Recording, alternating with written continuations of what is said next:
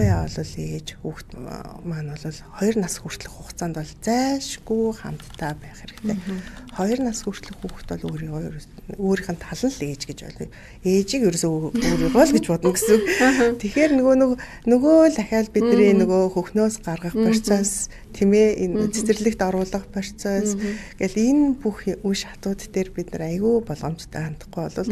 жишээ нь одоо зарим нэлээд их тохиолддог асуудал юу вэ гэсэн чинь хүүхдээ хөхнөөс гаргахтаа хөдөө ээж аав руу явуулчихдаг тийм эсвэл өөрөө ямар нэг юм руу яваад өгчдөг тэгдэг яг үнэ тэгэхээр энийг уг нь ээлжилж хиймээр байгаа байхгүй тасгаж багаар тасгаж хиймээр байгаа байхгүй тэгэхээр энэ мэдээж одоо тэгэл хүүхдээ хохироо гэж бодоагүй шүү дээ энийг нөгөө нэг яаж зөв хийхээ бид нар мэдэхгүй учраас алдаа гаргаад байгаа байхгүй эхлээд яг үгүй хүүхдээ хөхнөөс багаар тасгаж гаргачаад дараа нь явахгүй бол ээж ч байхгүй мөөмч байхгүй нөгөө хүүхэд чинь тий ингээд амар юм хоосон юм мэдрэмжтэй санаал тий энэ чинь хэцүү